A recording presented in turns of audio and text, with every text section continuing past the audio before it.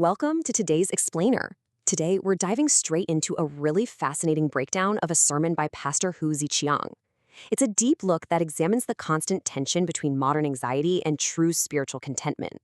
We'll be looking at how this ancient wisdom is actually being applied to our high-stress modern lives, and the source uses some absolutely brilliant concepts to put our human lifespans into perspective.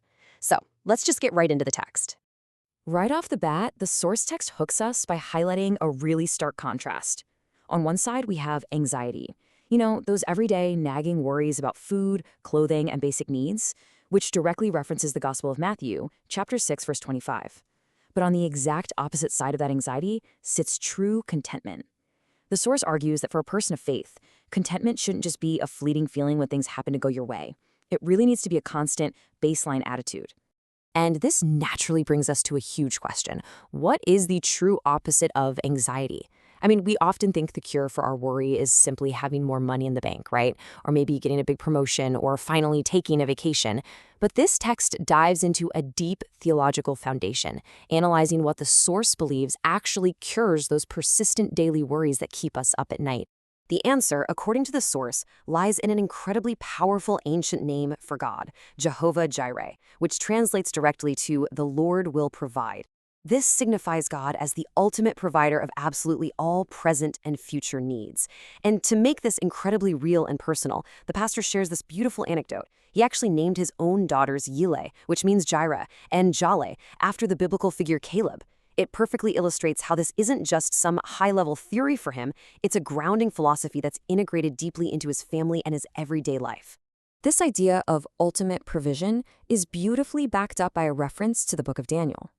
The text says, "Blessed be the name of God forever and ever, to whom belong wisdom and might.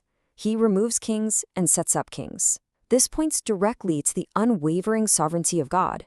The sermon suggests that when you start viewing God as being in complete control over times, seasons, and literally every single pinnacle of human achievement, well, your everyday anxiety naturally just begins to lose its grip. But let's be honest, human nature often gets in the way of that, doesn't it? So the pastor poses a really piercing rhetorical question. How do we actually define how much property we need to be satisfied? The source points out how our human baselines for measuring what we need can become terribly flawed and skewed. It leads to this constant feeling of insecurity, mostly because our standards are completely distorted from what the text calls true spiritual reality. To give us a much better measuring stick, the text transitions into this fascinating framework that the pastor actually references from a previous sermon of his. He calls it the 40-year rule. This is a completely different, highly structured way to break down the actual active length of a human life. It completely shifts the perspective away from the endless, exhausting accumulation of wealth. Okay, what's really interesting here is the math. The source notes that major historical figures of faith, like the apostles Paul and Peter, passed away in their 60s. So if you take an average 60-year lifespan of active impact and you subtract the first 20 years of youth, learning, and just growing up, what are you left with? Exactly 40 years. Just 40 years of true, active, impactful working time on this earth. That is a stunningly brief window when you really think about it. And this 40-year active time frame actually repeats constantly throughout biblical eras, building a powerful parallel to our own brief active years. Think about it. Moses, Joshua, and Caleb spent 40 years in the wilderness. The great kings of Israel, Saul, David, and Solomon, each had reigns lasting exactly 40 years. And the prophet Jeremiah spent exactly 40 years serving under 5 different kings. The sermon highlights this to show that 40 years isn't just a random number. It represents a defined era for fulfilling one's ultimate purpose. The source really zeroes in on the specific example of Jeremiah's faithfulness during his 40-year era. Let me tell you, it was absolutely not an easy ride. He spent his 4 decades enduring intense grief, battling the lies of false prophets, and even facing severe imprisonment and direct threats to his life. But here is the major takeaway from his story. Through all of that incredible turmoil, pain, and opposition, he never lost his center. He remained totally devoted to his core purpose and faith. This brings us to a really stark contrast with our lives today. On one side, we have Jeremiah enduring extreme historical hardships like prison, threats, and deep grief. But on the other side, we have our present freedom, a modern, completely unrestricted environment for faith. But the pastor issues a very strong warning here. modern comfort can be a dangerous double-edged sword. Ironically, this lack of physical hardship makes people highly vulnerable. We can so easily get swayed by worldly distractions, peer pressure, and shifting public opinions simply because we aren't being tested the way history's great figures were.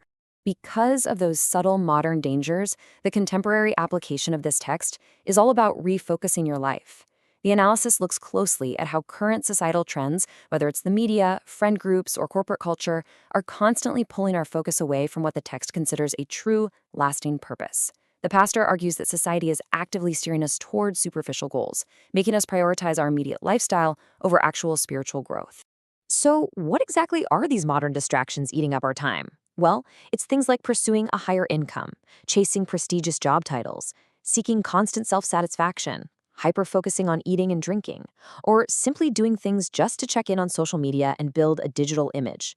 Now, the source is very careful to clarify that these earthly pursuits aren't inherently evil on their own. The dangerous trap, according to the sermon, is making them the sole primary focus of those precious 40 active years you have. If they become your entire world, the text suggests you completely lose sight of true spiritual abundance.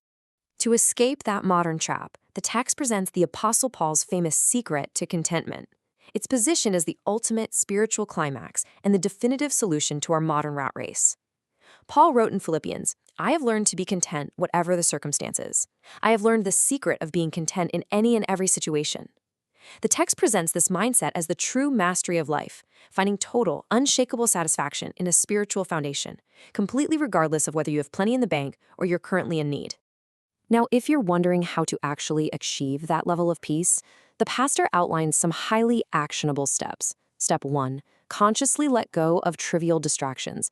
This could literally mean cutting back on excessive leisure or just stopping the endless stressing over minor daily chores. Step 2, physically and mentally return to the sanctuary for spiritual worship to hit the reset button on your priorities. And Step 3, step back and allow God to guide your steps once again. The sermon posits that practically stepping away from the daily noise is what allows true grounding faith to actually operate in a person's life. I want to end this explainer with a final, really provocative thought from the source that beautifully summarizes everything we've just uncovered.